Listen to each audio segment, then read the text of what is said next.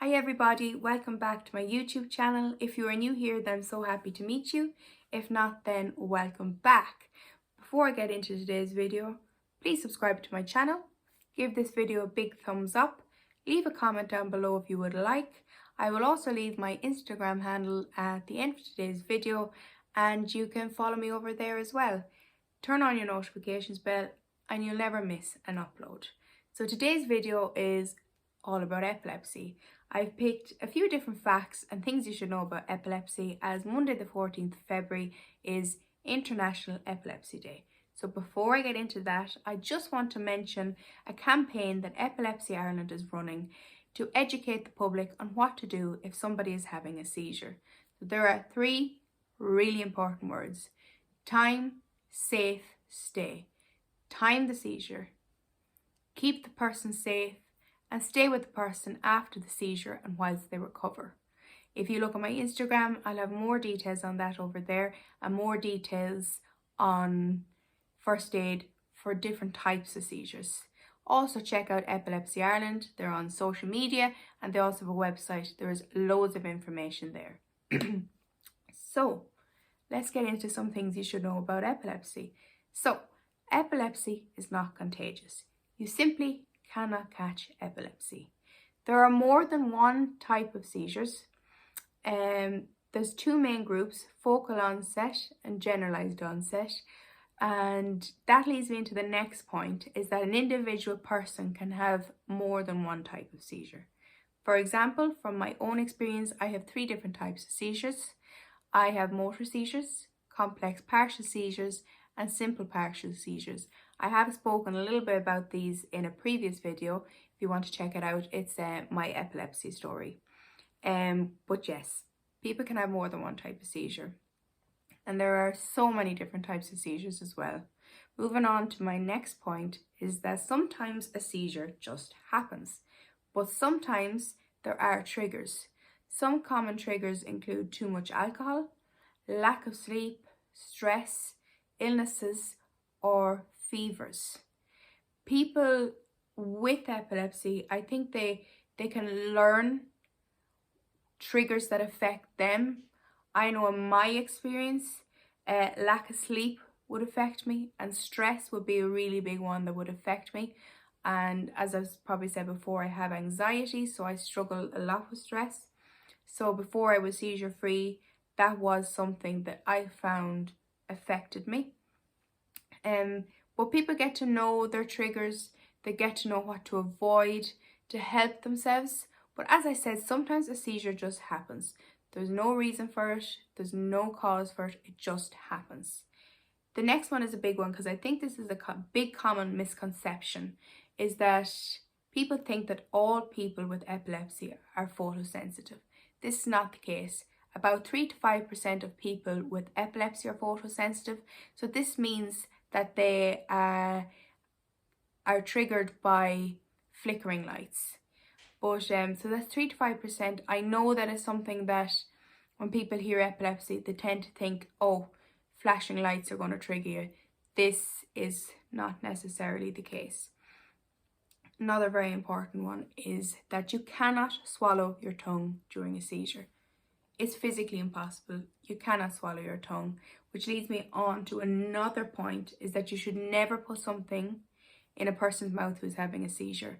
I know that at one point or another, it was said that you could put something in someone's mouth and it was going to help them. This is not the case. It won't help. And as I said, it's not stopping anything anyway, because you cannot swallow your tongue. Another point I want to make is that people with epilepsy can do everything that anybody else can do. For example, people with epilepsy, thank you, can drive, providing they are seizure free. So their seizures need to be under control. I know in Ireland you need to be over a year seizure free before you can drive. This could be different in different countries, I'm not quite sure, but the most important thing is that your seizures are under control.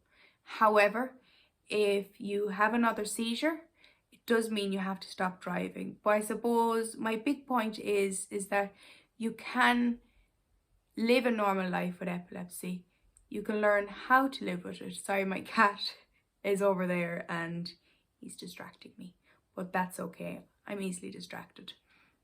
So yeah, people with epilepsy can live a normal life, do what everybody else can do. It's all about getting their seizures under control, which leads me on to my next point. Treatment. Anti-epileptic drugs do not work for everybody. Some people will need surgery, and some people may need to take more than one type of anti-epileptic drug.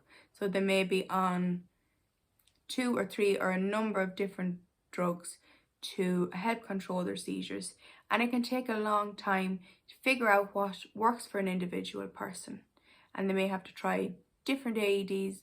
What works for one person with epilepsy may absolutely not work for another person. Then another thing I want to touch on briefly is SUDEP, which is sudden unexpected death in epilepsy. Now, I don't want to put the fear of God to people here. You can die from epilepsy, but it is extremely rare. You have a risk of 1 in 1,000, but I just want to mention it as part of today's video. So that's why SUDEP, that's why it's so important that people get their seizures under control, that they get a treatment that suits them, and that they stay away from triggers like too much alcohol, stress, anxiety, things like that, because that's what's so important with epilepsy, is to control your seizures. So SUDEP does exist, and unfortunately it does happen. Epilepsy Ireland have some more information on that on their website. If you want to know a little bit more about that, I would recommend you check that out. As I said, I don't want to frighten people. I don't want to say that, you know, this is something that's going to happen to you.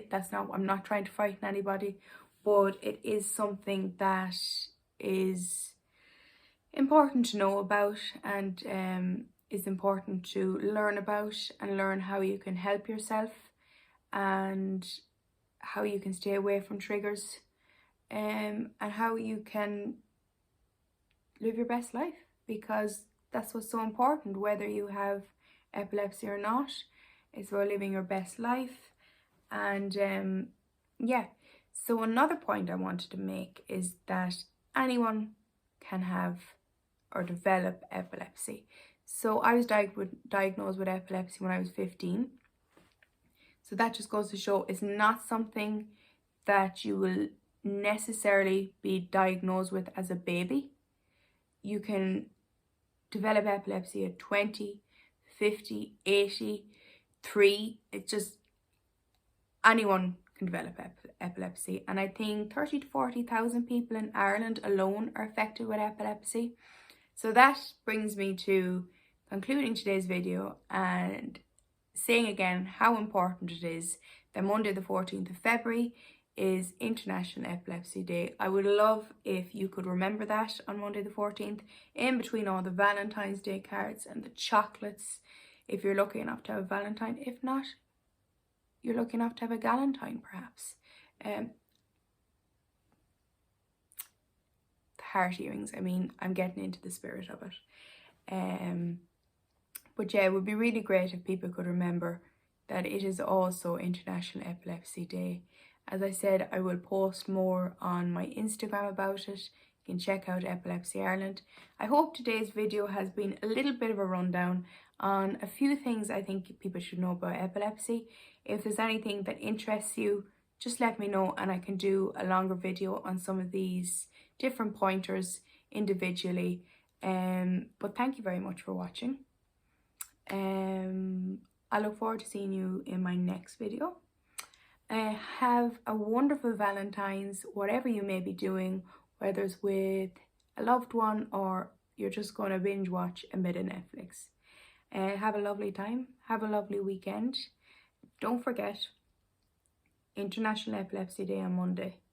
And don't forget those 3 really important words: time, safe, and stay. Thank you so much, everybody, and I will see you soon. Thank you. Bye.